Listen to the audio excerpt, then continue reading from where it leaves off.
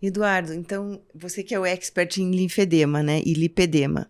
Primeiro a diferença, e eu vejo que muitas pessoas confundem simplesmente com o acúmulo de gordura, porque tem um volume ali, aí vai o cirurgião plástico ou faz alguma tecnologia para reduzir gordura. O que você acha disso? A diferença ela tem algumas diferenças bem peculiares do lipedema e do linfedema. O lipedema é bilateral e simétrico, tá? E uma coisa muito interessante, nunca acomete o pé. Então é muito comum você ser encaminhar um paciente para você com linfedema, na verdade você vai ver um lipedema um pouco mais inflamado, um pouco mais inchado e o pé está normal. Então são características peculiares, geralmente genético, tem um componente genético, a história familiar, as mulheres na família têm um corpo semelhante. E tem idade para começar?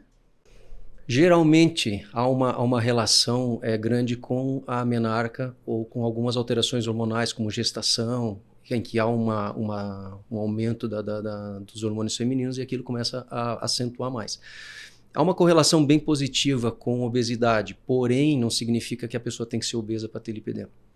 Mas existe 80, 90% dos pacientes com lipedema vão ser obesos, mas isso não é todo obeso tem lipedema. Então está sendo confundido demais hoje. Como virou uma febre, a doença da moda hoje, todo mundo tem lipedema. Se eu estou um pouco insatisfeito com a minha perna, não consegui definir, eu tenho lipedema. Mas a questão principal do lipedema é a dor. É o que machuca essa mulher. Tem a parte psicológica do formato do corpo, que desde pequena se achou sempre maior, tal, mas a dor é incapacitante, muitas vezes pelo processo inflamatório. E aí que entra o tratamento clínico. E não a cirurgia como primeira opção, como vem sendo feito. É um problema isso hoje. E é interessante pra gente também, porque às vezes a gente vai fazer as tecnologias de tratar celulite, essas coisas, e não tem nada a ver, né? Tem que imaginar assim, é uma doença inflamatória. Ela é uma doença inflamatória, então eu tenho que tratar a inflamação dela. Dieta, eu diria assim que é um paciente tanto nosso quanto do nutricionista. Não existe tratamento de lipedema sem nutrição adequada. Então, se a gente chegar no nível da cirurgia, eu tenho que ter passado pelo menos, isso é guidelines, assim, 6 meses a 12 no mínimo de tratamento clínico para você dizer que não funcionou, para você ver se o paciente aderiu àquilo, e aí você poder dizer que eu vou fazer uma cirurgia para diminuir dor. O problema é que estão fazendo cirurgia hoje para atingir um corpo Sim. de rede social, talvez aquele corpo que todo mundo quer, e essa pessoa está fadada a não ter muitas vezes, porque geneticamente ela vai ter uma recidiva, é muito, muito comum a recidiva, é muito alta a recidiva no tratamento. E o tratamento clínico como que é? O tratamento clínico, ele vai para a dieta, tem que descobrir o que está inflamando. Geralmente o que é comum nos pacientes? Açúcar, farinha, álcool, glúten, isso é comum. Porém, tem muitos pacientes que vão ter alergia a alimentações distintas. Eu tinha uma paciente que tinha inflamação, a brócolis. Ela comia brócolis e doía a perna dela. Até é engraçado, isso é louco, né? Tudo pode ser, né? Então assim, o que o teu organismo inflama, né? Bom, dieta, você vai ter que fazer exercício. O exercício faz parte pela ação anti-inflamatória do exercício. Agora, como fazer o exercício? Tem que ter supervisão, porque geralmente você tem frouxidão ligamentar em muitos pacientes com lipedema.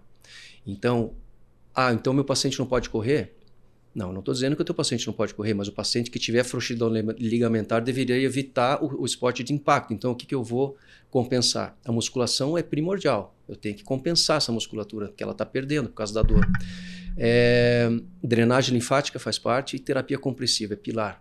Terapia compressiva vai diminuir o processo inflamatório. Agora, como fazer é um detalhe, porque os membros são todos disformes. E a gente só conhece meia elástica. Só conhece a meia elástica, exatamente. E aí a meia elástica vai machucar em muitos pacientes. Ela não vai... meia elástica que usa. Vai fazer o garrote, não tem o tamanho, porque existe a fábrica produz a meia de uma forma muito interessante. Cada medida, a meia deveria cumprir com todas as medidas do tamanho do membro, que se você pegar uma meia calça, por exemplo, para ela entregar a pressão que ela promete.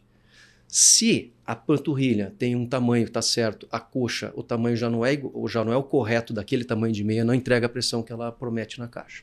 Então isso é uma coisa que se está às vezes ou entrega mais ou entrega menos. Se entregar mais vai machucar, muitas vezes, né? Então aí a gente usa malha plana, usa bandagens. Você tem muitas formas de você diminuir o processo inflamatório. Agora, cirurgia quando? Não melhorei a dor e eu tenho um lipedema em que eu preciso diminuir aquele membro, o paciente tem problema funcional já. Não consegue andar mais com a perna fechada porque a quantidade de gordura está abrindo a perna, começa a forçar o joelho. É algo... aqueles membros muito grandes de gordura, aí sim a indicação cirúrgica ela é precisa. O problema é que o pessoal está invertendo. Aí faz um mês de tratamento clínico, não melhora. Claro, o paciente não vai aderir a uma mudança de estilo de vida em um mês. Você tem que ter um pouco de paciência com isso. E aí já vai para a cirurgia, porque eu quero tirar essa gordurinha aqui do joelho em que não muda em nada, corre risco de você fazer fibrose, de você fazer lesão linfática, fazer um linfedema secundário, necrose de pele. Tem um pouco de bom senso. É como é a doença da moda hoje, uma forma, às vezes, de business também, a gente tem que cuidar muito com isso daí. Cuidar bastante. Então, gente, a gente tem visto vários influencers e atrizes e tudo se postando, realizando vários procedimentos, cerca de 10, 15, 20 procedimentos simultaneamente, como se isso fosse uma grande vantagem, né? Em alguns casos vão ao centro cirúrgico e se mantêm sedadas, anestesiadas por muitas horas, achando que isso é só bom. E a gente viu que não é bem assim, né, Abrão? Com a sua aula mostrando as associações e que muitas vezes menos é mais. O que a gente tem visto hoje é essa procura exacerbada por procedimentos cada vez mais, e nós, por termos muitas tecnologias, então, às vezes a pessoa vem, não mora na cidade, como eu falei lá, é de outra cidade, outro estado ou país, e quer resolver aquele processo de envelhecimento que demorou anos para até atingir e quer resolver ali no final de semana, né?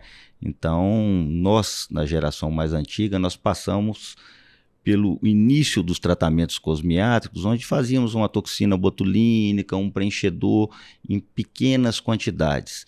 De um tempo para cá, eu não sei se isso veio depois de uma invasão de não médicos na nossa área, onde criou-se aí um termo de harmonização facial e começaram a utilizar no mesmo dia 20, 25, 30 ampolas num paciente, coisa que na dermatologia isso era uma coisa totalmente inimaginável, né? Então... E o pior, né? Muitas vezes usam produtos de alto risco. Sim, e a gente sabe que cada produto ele tem ali seu mecanismo de agir. A gente precisa esperar um tempo para ter a formação de um novo colágeno, a gente precisa de esperar o processo inflamatório do ato do procedimento se resolver antes de partir para um segundo procedimento, né? Então, a minha recomendação para os colegas, não só para os que estão iniciando, é para a gente sempre começar com cautela, tentar fracionar o máximo possível esses tratamentos por paciente, fazer com segurança, pensando no paciente como se fosse um ente querido, né? E não fazer da medicina um comércio. Eu só complementando, eu acho que a gente tem que pensar que o corpo não dá conta de tanto estímulo imunológico. Isso. Vai chegar uma hora, ele vai dar piti, e daí vem a síndrome ásia, daí vem todos os grandes problemas que depois... que a gente tem que tratar e que são graves. E não existe beleza sem saúde, né? Exato, a Silvia fala isso. O que a gente vê, né, Ana, é que todos esses procedimentos que a gente faz induzem um processo inflamatório, que a gente quer esse processo inflamatório, mas o tanto que a gente quer, a gente consegue usando pouca coisa. Se você usa muito, você passa da conta e você começa a estimular doenças. O corpo não dá conta, né? Como sempre, né? A diferença entre o remédio e o veneno é a dose. Então, a gente tem que ter esse bom senso de, algumas vezes, até segurar o nosso paciente e falar, não, a gente não vai fazer tudo hoje. Ou você não tem indicação de fazer todos esses itens, né? Acho que a gente tem que nós somos os médicos, é nós que temos que levar essa informação para o paciente, né? E muita... Só desculpa, e nós estamos recebendo os pacientes com trombose pós esses procedimentos. O pessoal não acredita que a parte estética vai gerar isso. Implante capilar, por exemplo. Eu tenho 3 pacientes com TVP. Por ficar 8, 9, 10, 11 horas, aí fazem sem nenhum suporte anestésico, muitas vezes, sem hidratação, o paciente deitado ali o tempo inteiro, TVP. E aí isso vai fazer uma embolia pulmonar e um óbito no paciente que foi fazer implante capilar. Como justificar o tempo isso, cirúrgico, independente da cirurgia, o tempo cirúrgico influi nas complicações. Pode ser um transplante capilar, que é uma coisa mínima, né? Mas não é. Ana, você falou nas tuas aulas sobre os bioestimuladores, né? E eu vejo que também ficou muito popular esse termo. Então, as pessoas acham que é tudo uma coisa só e que é meio mágico, né? Não é bem assim. Não, definitivamente não é assim. A gente está injetando uma medicação para dentro do organismo, né? E tudo que é injetável, e para os bioestimuladores funcionarem, eles precisam induzir uma reação imunológica. De novo, a gente está falando de saúde do paciente. Além disso, para a gente otimizar o resultado, tem que ter um conhecimento muito avançado com relação ao produto que tu está usando e a anatomia corporal de onde tu vai colocar, até para que a gente possa colocar a menor quantidade possível, né? E a gente sabe que quanto menor a quantidade que tu colocar para obter um bom resultado, a menor risco tu vai estar submetendo o teu paciente, né?